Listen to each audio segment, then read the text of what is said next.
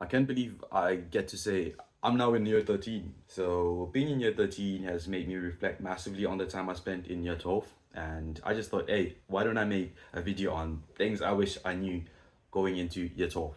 So basically what this video is going to cover is things that I did right in year 12, things I wish I did, and things that you should not do that I did, presumably. Like, why did I do them? That you should not make the same mistakes that I did. But anyways, let's jump right into this video. So one of the most important things you have to know jumping into year 12 is not to panic. Presumably, if you have TikTok, there are fear mongers on TikTok telling you year 12 is a hard year, this and that, this and that. You're gonna fail year 12. That's one of the most important mindsets you have to remove when going into year 12. Yes, A levels are harder than GCSEs, but don't have that thought going into year 12. Don't stress over year 12. I don't think it's that deep at the start. Don't stress over it. Don't compel yourself to finish syllabuses just so you can be uh, good enough to stay in year 12. If you want to do that because it's a personal choice, do it. But don't do it because you're being fear-mongered. So that's one of the biggest things you have to know. The jump from GCSEs, O levels, or GCSEs to A level is not that big. There isn't a massive jump going from those. Like, as someone who did IGCSEs and O levels, the jump wasn't that big. Like, it wasn't that big. Relatively, it was just like an easy transition. It was just like moving from A to another portion of A. But what I can say is the transition from year 12 to year 13 really is massive. You're gonna stress later on in year 12, but right now, don't stress. It's not that deep. The thing I wish I knew when I went into year 12 is how frequent you're gonna get tests. Like, you're gonna get tests maybe once a month or after every chapter, but you're gonna get loads and loads of tests, and you have to lock in for each and every one of them because of predicted grades. You have to have good predicted grades to apply to unis, and for unis to even look at your application, you have to have good predicted grades because you're not gonna have your grades when you apply for university. So it means you have to lock in from the get-go. Do well in your tests, your marks, any test you have or assessment you have in school, do well on it. Like, that's gonna be the do you get an offer or do you not get an offer, and decide whether you're going to gap year just to reapply to uni. So lock in for each and every test you have. University, university, university. That's the main reason we go to sixth form, is to end up applying for universities, meaning you gotta start preparing for universities, and year 12 is a perfect time to prepare for applications for universities. In year 12, I really wish I could have started earlier doing supercurriculars for the courses I was gonna apply to. I didn't know what I was gonna apply to at the start, but you should know what course you want to apply to and start preparing as early as possible. One of the big ways you can start is drafting your personal statement as early as year 12. Start a Google Doc or a Word document where you're gonna type your personal statement and add, and add modifications as you go through the year. If you're in year 12, that's the best way to prepare yourself for year 13, because year 13 summer and the few weeks coming into year 13 is going to be pretty hectic if you're an early applicant. So start drafting your personal statement as early as possible. That's one tip I really wish I had, because I ended up doing my personal statement overnight, which is not something I really wish I would have done, but that's something I ended up doing. And start preparing for uni admission tests. Like, start preparing. If you're going to apply to a university that needs admission tests, start preparing right now. Start preparing, start doing past papers or completing the syllabus as fast as possible, just so you can revise for admission tests. Or even just preparing for the admission test in general, using 2 hours on a weekend every weekend, or 1 hour every weekend from the start. You're going to get perfect grades, trust me. People who get high scores in admission tests all say they started preparing early, so if you prepare early, you get a higher chance to succeed in your admissions test. And that Oxbridge or Russell Group uni offer is gonna come calling your name out. Henry, Henry, take me. Yeah, that could have been you, or could have been me, if I had started early, but PS, just start early. In year 12, there's this big word that comes fresh into everyone's vocabulary. It's supercurriculars. If you don't know what supercurriculars is, those are extensions or activities you do outside your syllabus.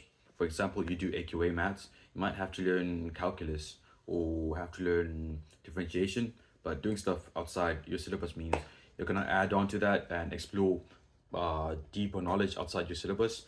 Let's say you're doing computational vectors and stuff like that, built-in programs, any activity that's outside your syllabus that adds on to your knowledge is supercurricular. So that's a big deal when applying to universities, meaning use your time in year 12 to do those supercurricular activities as best as possible.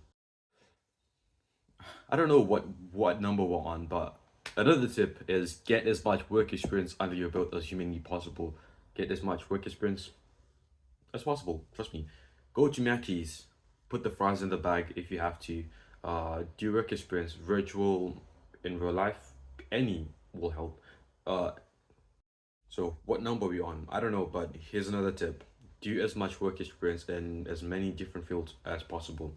For example, I'm interested in finance and engineering, so I did work experience in finance when I went to HS2, and also engineering at HS2 and other places like Amazon Robotics, online, virtual, and stuff like that. So do as much work experience as possible so you can know if the field you want to go to is really made for you. Whilst I was at HSG, I was in the finance department. I really loved the finance department, but it wasn't as interesting as I had imagined. I thought finance was something that was like pressured, but I just felt repetitive and more of Excel. I realized I want to do that. I'd rather go into engineering. That's one of the main advantages of doing work experience is you get to know what you want to do and what you don't want to do. And especially the don't want to do is the most important one because you might end up doing something you don't love. But at least if you know you don't want to do it, it's a win-win. And build a personal brand. A personal brand is the most important thing you have to do. Build a personal brand, which is start a LinkedIn, start a TikTok account, start a YouTube account. Build something that is gonna boost your brand. It's gonna boost you, elevate you, and show that you stand out from everyone else. Because when a tight job market, when a tight everything, people are now more competitive. People are getting higher grades, so you have to look for something that's gonna distinguish you from other people. A great way to do this, if you're someone who hates public, build a hit like have a GitHub, have a Git repository is gonna help you like stand out from everyone else, especially if you're doing a personal statement. If you think I don't have a lot of things to put in my personal statement to make me stand out, just put a link to your GitHub and have actual projects on your GitHub. You're gonna stand out. You're gonna stand out. So build a personal brand. If you're shy, GitHub. If you're not shy, LinkedIn, TikTok, YouTube, just posting to showcase who you are and try to stand out from everyone else because at the end of the day, everyone's gonna get 3A stars, 3As. You need to stand out from everyone who got 3As or 3A stars. So have a personal brand and build it. Yeah, sixth form is a place to learn, but learning doesn't have to be restricted only in the classroom.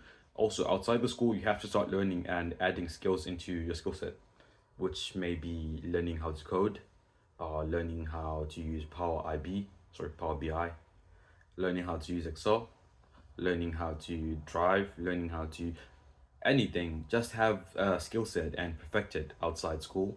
Use your time in year 12 to learn valuable things.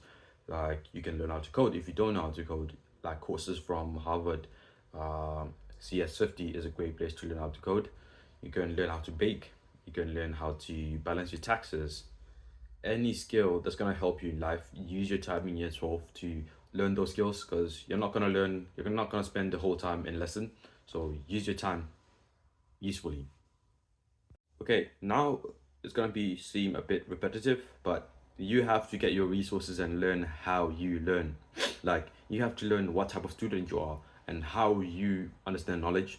If you're someone who's visual, then stop reading textbooks that much. Start watching videos. If you're someone who's not a video person who likes lessons, go for tutoring. Like you have to learn what type of learner you are. That's the biggest thing you have to learn. Like what type of learner you are. This is gonna help you, especially before exams. You're gonna learn, okay, I have an exam. I'm gonna study this amount and do this. It's gonna save you so much time knowing how you learn. Like understanding how you learn is one of the biggest advantages you can have in sixth form because identifying how you learn and understand for tests as early as possible is gonna make you stand out. So that marks the conclusion of the video. I really hope it was useful. Be sure to subscribe, like, and comment on the video to boost my traction on the algorithm. And this also motivates me to make more videos like this. So yeah, thank you. Bye.